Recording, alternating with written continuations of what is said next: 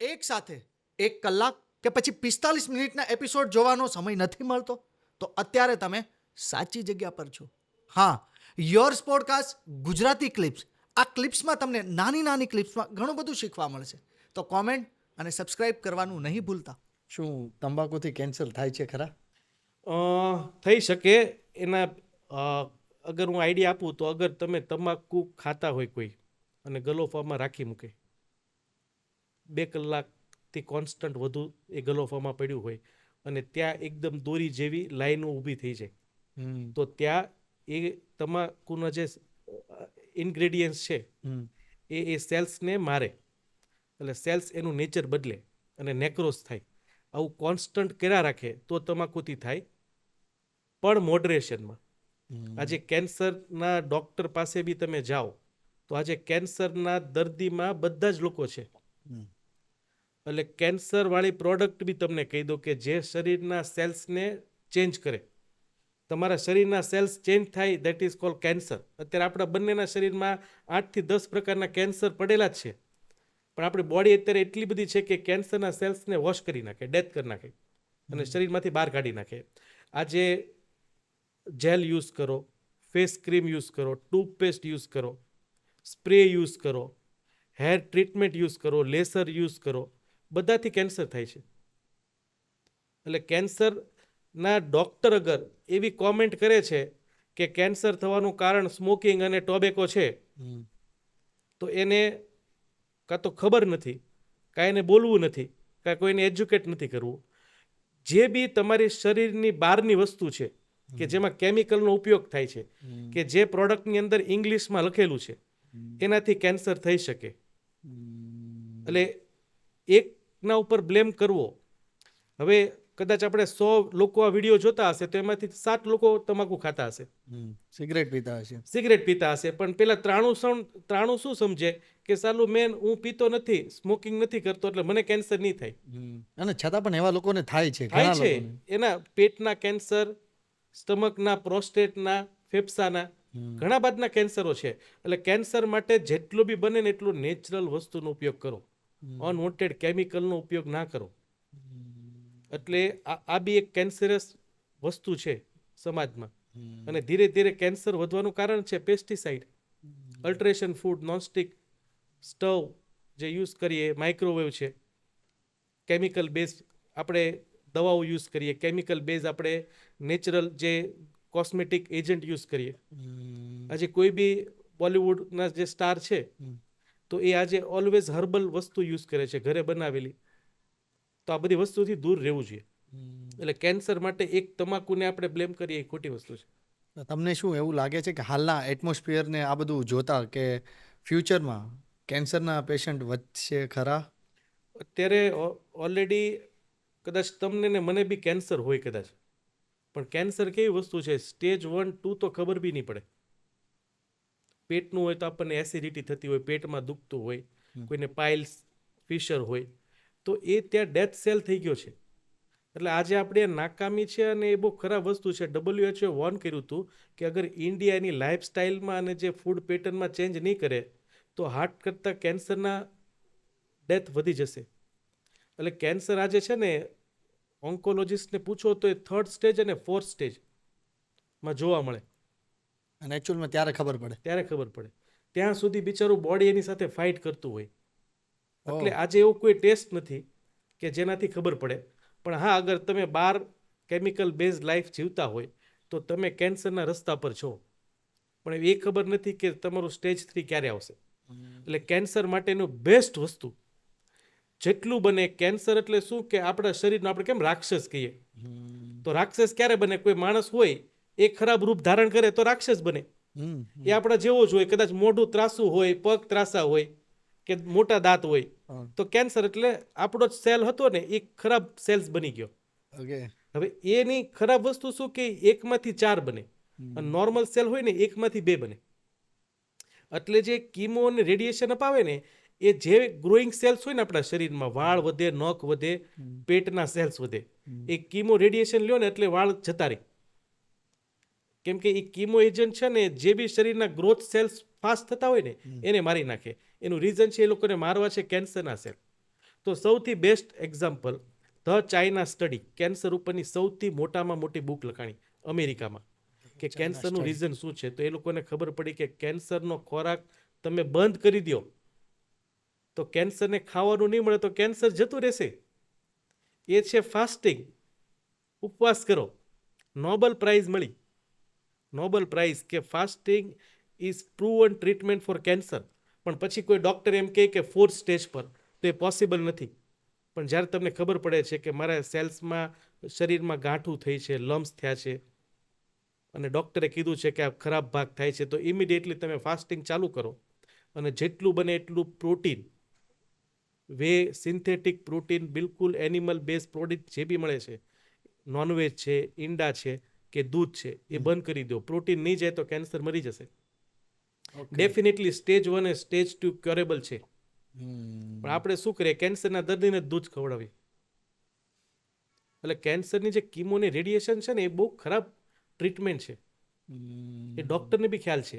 પણ અત્યારે કેવું કે એ એટલું આગળ નથી વધ્યું કે નવી ટ્રીટમેન્ટ એડોપ્ટ થાય. એટલે હજુ બી 5-7 વર્ષ ચાલશે. જે લેતા હોય ને એને પૂછજો, ખરાબ પીડાદાયક. આજે એવું બી એક રિવ્યૂ બની જાય કે આના કરતાં મરી જવું સારું આ ટ્રીટમેન્ટ લેવા કરતાં. એટલે કેન્સર ટ્રીટેબલ છે. કેન્સર જેથી બને છે કે જેનાથી ગ્રોથ થાય છે એ વસ્તુ ખાવાનું બંધ કરી દેવાનું. સાહેબ, બીમાર જ નથી પડવું તો શું કરવું જોઈએ? બીમાર નથી પડવું તો આપણા જે પૂર્વજો છે કે જે 100 વર્ષ જીવતા હતા, તો હું તમને એમ કહું કે હું તમને અત્યારે હાલમાં, કેમ કે આપણે છે ને બિલીવ કરીએ કે રિઝલ્ટ, કે મને ફેક્ટ બતાવો, મને બતાવો કે પ્રૂવન છે કે નહીં. હા, મને આનું એક્ઝામ્પલ આપો, રિઝલ્ટ, સબૂત. હા. તો ભારતનો એક જે પાકિસ્તાન ઓક્યુપાઈડ કાશ્મીર છે, હા. ત્યાં ઊંઝા વેલી કરીને એક એરિયા છે, પહાડોની વચ્ચે એક ગામ છે ઊંઝા વેલી. ત્યાં હાલમાં 120 વર્ષથી વધુ લોકો જીવે. 120 વર્ષ કરતા વધુ? હા. આપણે તો ચાલો ને એમ કહીએ કે આપણે 80 વર્ષ બી જીવું તો આપણે ધન્ય થઈ ગયા. તો તમારે સામે રિઝલ્ટ છે એનું. ઊંઝા વેલી સર્ચ કરો, આખી ડોક્યુમેન્ટરી છે.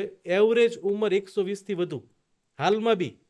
શું એની ફૂડ પેટર્ન આખી ચેન્જ છે? હા, કેમ કે એ છે ને બાજુમાં જે એના ઘરની બાજુમાં ફ્રૂટ બને ને એ જ ખાય, અને એ બી ખાય 2 વાગ્યા પછી. ઓહ. 2 વાગ્યા સુધી કંઈ ખાવાનું નહીં, 2 વાગે ફ્રૂટ્સ ખાવાનું એનું ટ્રેડિશનલ. અને બીજું, કોઈ બીજાની પંચાત નહીં, કોઈ બીજાની સાથે કોમ્પિટિશન નહીં, કોઈ પૈસા પાછળ ભાગવું નહીં. સૌથી મોટી આ પણ બીમારી છે ને સાહેબ? હા. એટલે કોઈની પાસે પૈસા હોય અને એને લાંબુ હવે જીવવું છે, કેમ કે હવે દુનિયા તો બહુ ક્યાં ક્યાં વધે છે, કેવા વસ્તુ આવશે જોવા માટે કે એની કલ્પના નહીં હોય. AI નો સમય. હા, AI નો સમય છે. કદાચ કાલ ઉઠીને આપણે બી હવામાં ઉડવા મળીએ, કોઈ એવું જેકેટ્સ બને. તો જે લોકોને લાંબુ જીવવું છે, તો 16 થી 18 કલાક ભૂખ્યા અને જેટલું બને એટલું કાચું ખાવ, અને કોઈ બીજાની કમ્પેરિઝન નહીં કરો. એના માટે બેસ્ટ છે ન્યૂઝપેપરની, ન્યૂઝ ચેનલની. કોઈને ઇન્સ્ટાગ્રામ, ફેસબુક, યુટ્યુબનો મિનિમમ ઉપયોગ કા બંધ બી કરી દો, ચાલશે. તમને દુનિયાની જ ખબર નથી તો ચિંતા જ નહીં રહી, અને લાંબુ જીવશો. 80+ તો જીવશો જ. વાહ. તો સર, શરીરને ફિટ રાખવા માટે, સ્વસ્થ રાખવા માટે એક્સરસાઇઝ જરૂરી છે કે પછી ડાયટ? ડાયટ. એક્સરસાઇઝ નહીં સાહેબ? ના. ચોપાટીમાં ચાલવાવાળા જોજો, કોઈનો વજન નહીં ઘટે. અને કોણ ફિટ છે અત્યારે? આપણે આપણા સમાજમાં તમે કહીએ ફિટ કોને કહેવાય? હોસ્પિટલ જવું ન પડે, લોહીના રિપોર્ટ કરાવવા ના પડે, ઓપરેશન ના કરવા પડે. તો એવા લોકો છે જાનવરો, પક્ષીઓ. આ તો ઠીક છે, જાનવરને ઉપાડીને આપણે ઘરમાં લઈ આવ્યા તો એને હોસ્પિટલો બની, પેટ હોસ્પિટલ. બાકી આજે જંગલોમાં જાઓ, ટ્રાઇબલ્સમાં જાઓ, એવા એરિયામાં જાઓ, પહાડી એરિયામાં, તો કોઈ જાનવર બીમાર નથી. કેમ કે જ્યારે ભૂખ લાગે ને ત્યારે જ ખાય. અને એ બી શું ખાય? જમીનમાંથી ઉગેલું કાચું, ઓર્ગેનિક, પ્યોર. પાણીની તરસ લાગે ત્યારે જ પાણી પીવે. એટલે તમે 10 મિનિટ કે 20 મિનિટ દોડી લ્યો છો, અને દોડીને પછી તમને એમ થાય છે કે હું ફિટ છું, અને પછી તમે જલેબી, ફાફડા, ગાંઠિયા, ભજીયા ખાઈ લો તો પતી ગયું. કેમ કે તમે 15 મિનિટ દોડવામાં છે ને 200 કેલરી યુઝ કરી હોય, અને 2 ગુલાબજાંબુ ખાશો તો 450 કેલરી આવી ગઈ, કમ્પ્રેસ કેલરી. એટલે ફૂડ ઇઝ ડિઝીઝ અને ફૂડ ઇઝ મેડિસિન. એટલે ઓલવેઝ કોઈ બી લાઇફસ્ટાઇલ બીમારીની જ્યારે વાત કરું 90% જે એવી બીમારી કે જેની માટે ડૉક્ટર પાસે તમારે 3 મહિને જવું પડે, કોન્સ્ટન્ટ દવા તમારી ચાલુ રહે, that is all lifestyle disease. એની માટે ફૂડ ઇઝ બેસ્ટ ઓપ્શન. હા, વોક કરવાથી શું થશે? લોહી ફરશે શરીરમાં, ઓકે, હા, એટલે અંગોનું આયુષ્ય વધશે, સર્ક્યુલેશન આખું ચાલુ રહેશે તમારું. હૃદય ફિટ રહેશે. હમ. પણ પછી તમે દોડી અને બહારનું પ્રોસેસ ફૂડ ખાધા રાખો તો એ પોસિબલ નથી. એટલે diet is better than exercise. Okay, તો શું એક્સરસાઇઝ કર્યા વગર વેઇટ લોસ થાય છે ખરા? થાય જ. કઈ તમે રીતે? જીમમાં જઈને પૂછો જીમ ટ્રેનરને કે કોઈ ઇન્ફ્લુએન્સરને કે ડૉક્ટરને પૂછો, એટલે ફૂડ ઇઝ 80% મેટર. એટલે જીમમાં તમે જશો ને 2 દિવસમાં જ પેલો કહેશે કે તમે જે કરો છો ને that is only 30%. Food is main. એટલે ફિટ દોડશો તો એસિડ્સ છે, એક્સ્ટ્રા એસિડ્સ છે, વોશ થઈ જશે, નવું સર્ક્યુલેશન વધશે, હાર્ટની સ્પીડ ડાઉન જશે. તમે જેટલું વોક વધુ કરો ને એટલા હૃદયના ધબકારા ઓછા થાય. એટલે તમારે વેઇટ લોસ કરવું છે કે ફિટ રહેવું છે તો પહેલો મંત્ર તો તમારે ડાયટનો રાખવો જ પડશે. Diet plan. અને સાથે વીકમાં 3 કે 4 દિવસ દોડી લ્યો, 7 મિનિટ, 5 મિનિટ કે 4 મિનિટ, કાં 7 માળ ચડી લ્યો દાદર, ઇનફ છે. તમારે દિવસમાં એકવાર તમારા હૃદયની સ્પીડ 120 લઈ જવાની હોય, જીમમાં જવાની જરૂર નહીં પડે કઈ જરૂર નથી. હા, તમારે કોસ્મેટિક બોડી બનાવી છે તો વાત અલગ છે. તો અલગ છે. બાકી તમારે બોડી બનાવી અને બહારનું ખાવું છે તો એ તમને કોસ્મેટિક લુક આપશે પણ લાઈફની લોન્જિટિવિટી ને હેલ્ધીનેસ નહીં આપે. એ વસ્તુ છે. આયુર્વેદિક અને એલોપેથિકનું શું ફરક છે? થોડુંક મારે ડિટેલિંગમાં જાણવું છે. જો બંને સાયન્સ છે. આપણું કેવું કે આપણા ગુજરાતના કપડાં, મહારાષ્ટ્રના કપડાં, એમાં આપણા ભારતનું કલ્ચર, વેસ્ટર્ન કલ્ચર. એટલે એલોપેથિક એ આ વેસ્ટર્ન સાયન્સ છે. એટલે એ એવિડન્સ બેઝ સાયન્સ હોય. આજે એક દવા લોન્ચ કરે તો એ 1000 લોકોને એવિડન્સમાં રાખે કે ભાઈ તમે આવો દવાનો ટ્રાયલ કરો, અમે પૈસા આપશું. એના ઉપર એ લોકો રિસર્ચ કરે. એટલે એ રિસર્ચમાં જે 1000માંથી 300 જણાને સારું થાય. એટલે સારું એટલે કયું ખબર? કે તાવ ઉતરી જાય. ફોર એક્ઝામ્પલ ડોલો, હા, તો ડોલો 1000 લોકોને આપે અને 300 નો તાવ ઉતરી જાય તો એ પ્રૂવન થઈ ગયું. That is called evidence base science.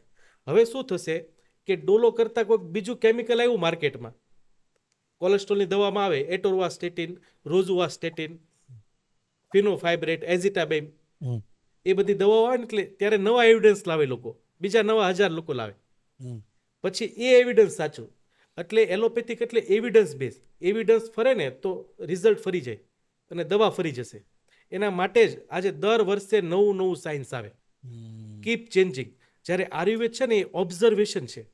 આ એવિડન્સ માટે છે ને 3 વર્ષ જ લાગે આ એવિડન્સ ગેધર કરતા, ઓકે, રિસર્ચ કરતા, પબ્લિકેશન આપતા અને એપ્લાય કરતા. તો આયુર્વેદ સાયન્સ છે ને એ ઓબ્ઝર્વેશન સાયન્સ.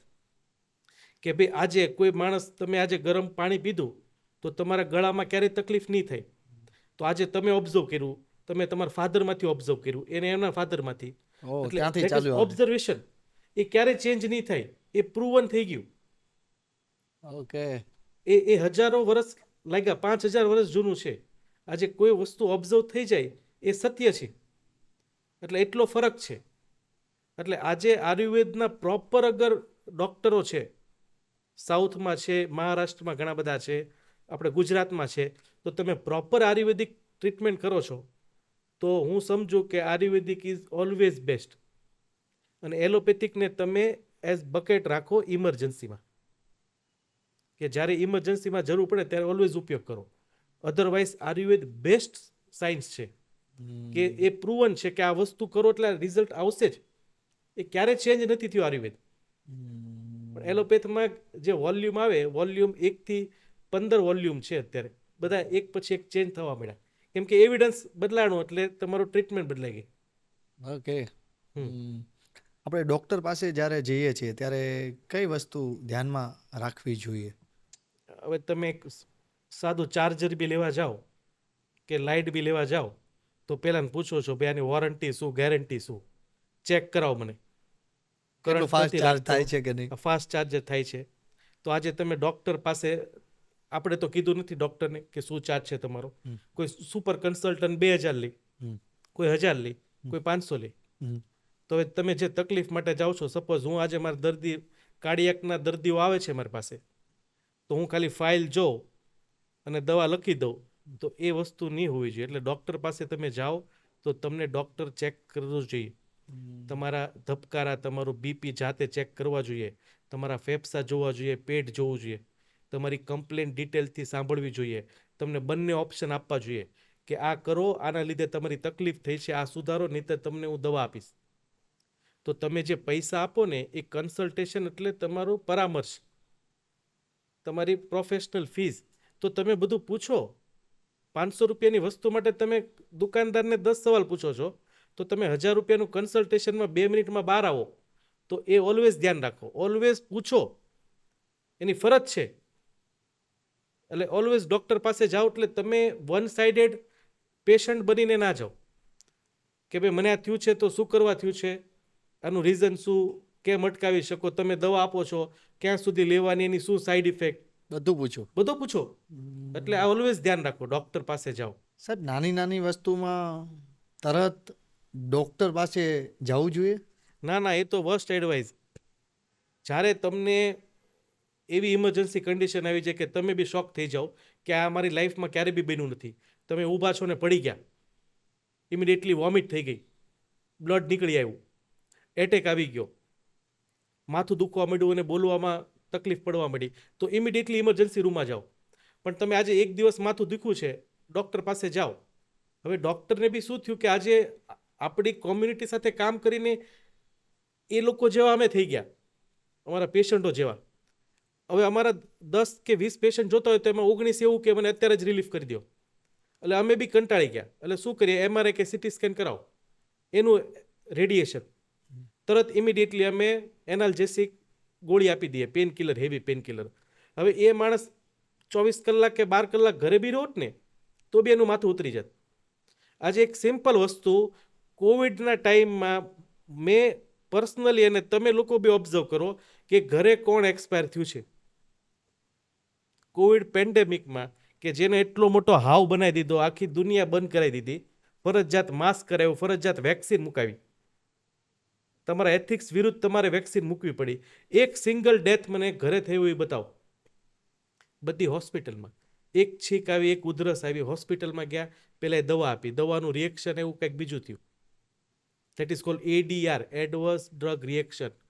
બીમારી કરતાં સૌથી વધુ ડેથ થાય છે ADRથી. એટલે માથું દુખતું હોય, એક દિવસ તાવ આવે છે, ઝાડા ઉલટી થઈ, તો બોડી કંઈક રિસ્પોન્ડ કરે છે. તો પ્લીઝ વેઇટ કરો અને વોચ કરો અને ઘરગથ્થુ વસ્તુ કરો. એ ઓલવેઝ ફોરેન કલ્ચરમાં છે. આજે યુકેમાં તમે જાઓ તો અંડર 2-3 દિવસના પછી જ તમને એ લોકો ચેક કરશે. તો સાહેબ, એવું ના થાય કે ધીમે ધીમે પછી એ વધી જાય તો?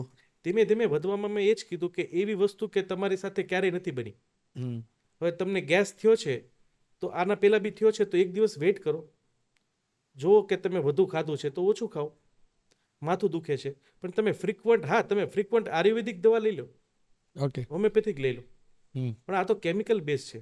એટલે બોડી, આ તો શું થાય કે તાવ આવવાનો હોય, મેલેરિયા હોય તો મેલેરિયાના 2 દિવસ પહેલાં તમને શરીર દુખશે, ઠંડી લાગશે. હવે તમને શરીર દુખવું અને તમે ત્યારે જ દવા લઈ લીધી તો માઇટ બી એવું બને કે તમારા એ પેરાસાઇટ કમ્પ્રેસ કે સપ્રેસ થઈ જાય અને પેલું ઝેરી ફોર્મ રૂપાંતર કરે. એટલે એલોપેથિકનો ઇમરજન્સીમાં ઓલવેઝ ઉપયોગ કરો. બાકી જે તમને નાની મોટી ડેઇલી રૂટીન તકલીફો છે એમાં 1 કે 2 દિવસનો વેઇટ કરવો જ જોઈએ. એટલે ત્યારે કોઈ દિવસ ડૉક્ટર પાસે નહીં જાઓ. ઘરના સોલ્યુશન કે આયુર્વેદ કે હોમિયોપેથ કરો. દિલ, હાર્ટ, હૃદયના દર્દી માટે તમારે શું કહેવું છે? હૃદયને બિચારાને છે ને રોજે 1 લાખ વખત પંપ કરવાનું, ટીલ ડેથ, જન્મથી ટીલ ડેથ. એટલે એના માટે એને રેસ્ટ નહીં બિલકુલ. એટલે હૃદય પંપ કરે એટલે એના મસલ્સો દબાય, એ દબાશે એટલે લોહી બહાર ફેંકશે, ખુલે એટલે પગમાંથી ખેંચે. ફેંકવાનું પ્રેશર 120 થી 30 હોય, ખેંચવાનું 80 હોય. એની માટે હૃદય ખુદ બી લોહી જોઈએ, એ કામ કરે છે. તો એની માટે 3 નળી આવેલી હોય, એ હૃદય ઉપર ચોટેલી હોય, કે જ્યારે હૃદય ખુલે છે ને ત્યારે એમાં લોહી ભરાય. એટલે હૃદયની જ્યારે બી આપણે વાત કરીએ ત્યારે હૃદયનું કામ જે ઓછું કરે ને એ એનો ફ્રેન્ડ, અને હૃદયનું કામ વધારે ને એ એનો દુશ્મન. એટલે એક સ્ટડી થઈ હતી 25 વર્ષના 150 છોકરા ઉપર, કે એણે શું કર્યું કે હાથને બંધ કરી દીધો હમ એટલે આગળ છે ને નળી ફૂલી ગઈ.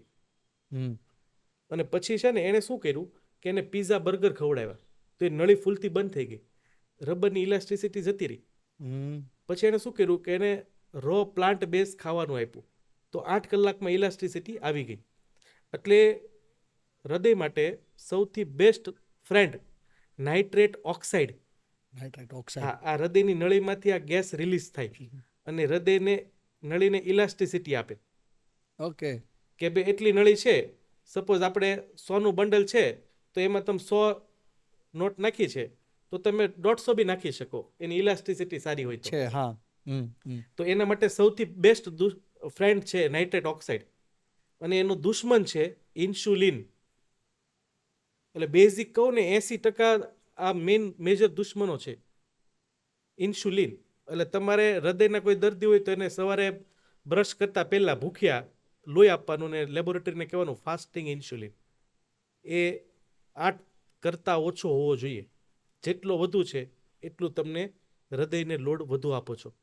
એટલે ઇન્સ્યુલિન ઘટાડવા માટે ભૂખ્યા રહો, પ્રોસેસ ફૂડ બંધ કરો, ગળું બંધ કરો, કાર્બોહાઈડ્રેટ એટલે અનાજો ઓછા કરો, સૂપ, બાફેલા કઠોળ, કઠોળમાં મગ, મઠ, રાજમાની ભેળ, મકાઈનો ચેવડો, બાફેલું સૂપ પી શકો. વેજીટેબલ્સને ક્રશ કરી એની સ્મૂધી બનાવો, ફ્રૂટ્સને ક્રશ કરી એને જ્યુસ બનાવો, પણ ગાળવાનું નથી. આ કરશો તો તમારું ઇન્સ્યુલિન ડાઉન જશે, તમારું નાઇટ્રેટ ઓક્સાઇડ વધશે. આનાથી મોટો ફ્રેન્ડ કોઈ નહીં હૃદયના દર્દી માટે. 8 કલાકની અંદર એનો દુખાવો, ચાલવામાં શ્વાસ ચડવો, થાક લાગવો બધું જ ગાયબ. એટલે આવા દર્દીને દિવસમાં 1 વખત અનાજ ખાઈ શકાય, બાકીના 23 કલાક કાચું. ઓકે. સૂપ, સલાડ કે કઠોળ યુઝ કરો. બેસ્ટ. બેસ્ટ, હૃદય માટે બેસ્ટ.